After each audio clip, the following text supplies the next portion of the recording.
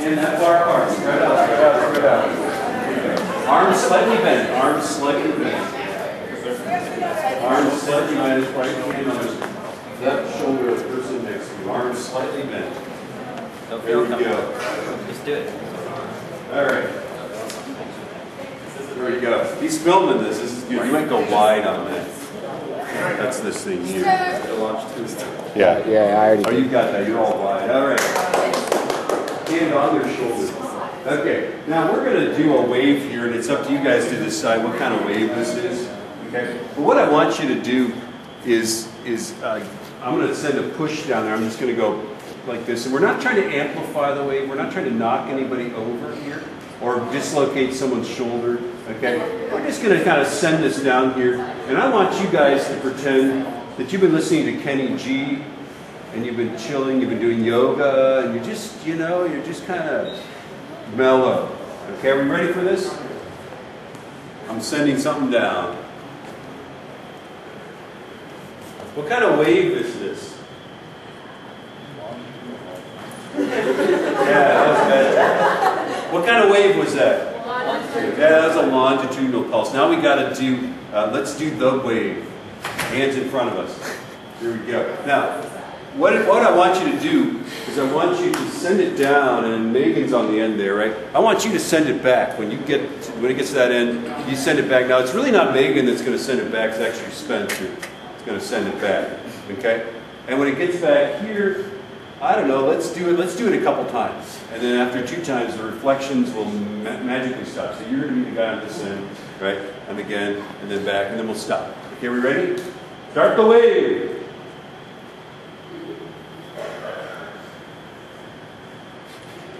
Send it back. There we go. Send it back. There you go. That reflection had to think about it. Right? All right. There you go. Now we can stop. That was good. That was kind of cool, wasn't it? Okay. Now this is a big long guitar string, so I'm going to put my finger on the string right here. Very sorry. You guys now become spectators. You're going to become the reflector, really. Okay. So go ahead. Start the wave. Send it back. Send it back. That's a little faster, isn't it? It vibrates a little faster, doesn't it? Yeah, the wave speeds, that's good, that's good. Okay, the wave speed is about the same, but the distance it travels is less, so it's reflecting back and forth a little faster. So if this was a guitar string, it'd be vibrating a little faster. Yeah. Okay, now I'm going to put my finger on the string. I'm going to put my finger on the string right here. Okay, so you guys are, everybody's not spectators. Okay, start. Send it back. Send it back. Send it back. Send it back. That's pretty fast, even faster, right? It's like twice as fast. Okay, now just for kicks and giggles, I'm going to put my fingers on the string right here. Okay? You guys are now all spectators. Okay, start. Go. Send it back. Send it back. I just like to do that. It's like, there's no way you can do it. Everybody's just like, I've got a crazy arm disorder. Okay, and then let's do one last thing. Let's do arm on shoulder again. Okay? Now I want you guys, no dislocating shoulders or hurting people, no punitive wave transmission here. Okay? Now I want you guys to pretend that you've had your 5th cup of Starbucks, you've been listening to speed metal, but happy speed metal. You know, stuff that's talking about like pretty ponies and stuff like that, right? Okay? And I want you to see how fast you can send that pulse down. This is going to be a change in the medium, correct? Okay, on your mark, get set, go. That's a lot faster, isn't it? Yeah, there we go. All right, sorry, Megan. Yeah. All right, let's go back to the ranch. You just like keep your arm on their shoulders.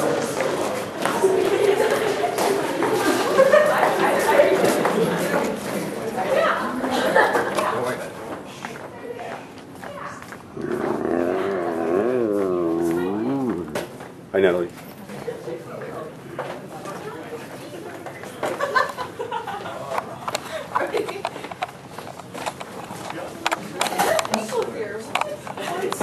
Just crazy, man.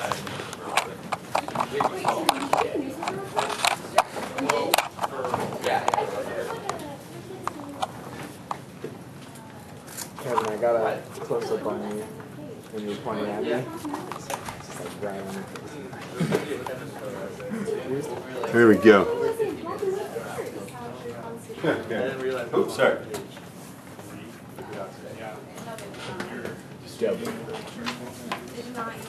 Okay, so let's continue here. I forgot to plug in my microphone and my power source. The next concept is that sound is a longitudinal wave. We just talked about that, but maybe we didn't talk about it enough. There's a little picture that they give you in the textbook of the drum head creating, and there they try to draw. They try to draw the waves as like darker and lighter and darker and lighter. So if there's let's say we're at exactly 1 atmosphere. Here the pressure might be 1.01 atmospheres, and here it might be 0.99 atmospheres or something like that. Yeah, is the idea. And these pressure waves move through the liquid, or the fluid, in this case, right? Okay, and so if you did the density of the air or the pressure or something like that, here it's higher than normal, lower than normal, but there is a normal that it returns to, presumably when the sound goes by, right? Surface waves are actually longitudinal and transverse. We like to say that they're just transverse, but do you know that, I mean, if you watch things, they actually go back and forth a little bit, side to side. Really, things go in a circle, like actual water waves. What's he talking about? I don't know. I don't even know what I'm talking about. Okay. What's funny though, if you go to that wave tank at OMSI, you guys know what I'm talking about? Yeah. That big, huge thing, right? You watch it. If you watch the water near the bottom, it just goes back and forth. And that's because it's constrained by the boundary condition that it can't go up and down. Yes? Yeah? When you're up against a surface. So this is in physics, we call these boundary conditions. This motion has to be side to side. And that would restrict, that means that partway up here, it's really going kind of an oval shape like that. And somebody who's really smart, like Mark Weisslogel at Portland State University, could solve the equation for that, right? I'm just putting plugs in there, right? Now, obviously, when we say this thing, we say, okay, when the disturbance travels through the wave, it's the disturbance that travels, but not the water. Well, when you're at the beach and the waves are breaking on the beach, that's not simple wave motion. That's something more complex. Yes, that water really is coming toward you, and your feet will get wet. In fact, anyway, yeah, there's sneaker waves. Look out, right? My sister-in-law nearly got crushed by a log. We were just sitting out there, nice sunny morning, little waves coming in, right? This huge wave comes in, and we're all like, and she's sitting on this big log, we're like, right? And we just run because we don't want to get our feet wet, and it picks that log up and it rolls it like 30 feet down the beach. It was like, oh, that's how people die, I mean, that's huge. The log was like that tall. Just, yeah. There we have it, right? A tsunami is actually a compression wave, right? Basically, something happens under the crust. In the case of a subduction, right, it goes boom like this, right? And the crust suddenly very quickly moves water. Well, water is incompressible, or very, very hard to compress. And so when the earthquake moves really suddenly, it creates this pressure wave, just like a sound wave in air. And that travels something like 600 miles an hour. I don't know, what is the speed? It's really, really fast, right? Is it like 1100? Does anybody know? It's really fast. I think it might be, I don't know. But anyway, when you're out at sea, if a tsunami goes by, you're not really going to notice it necessarily. It's only when it interacts with the shoreline that incredible energy in this compressed water turns into, changes of sea level and crazy stuff like that. Not to mention that because of the longitudinal wave, it follows the contours of the seafloor, which is why you can get really super high tsunamis on shore.